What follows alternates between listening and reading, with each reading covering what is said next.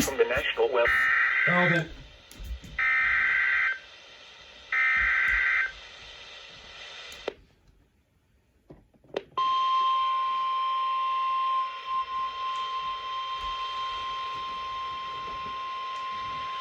This is a statement from the National Weather Service.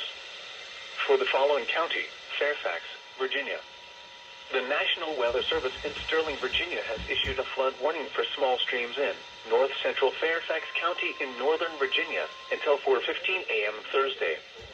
At 10:10 p.m., gauge reports indicated flooding along Difficult Run at Wolf Trap. Flooding is already occurring in the warned area. Between 1 and 2 inches of rain have fallen. This includes the following flood-prone roads: Beulah Road at Browns Mill Road at Walstrap Creek. A flood warning means that flooding is imminent or occurring. All interested parties should take necessary precautions immediately.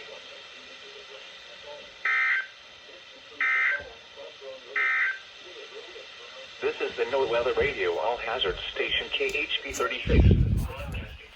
All interested parties should take necessary precautions immediately.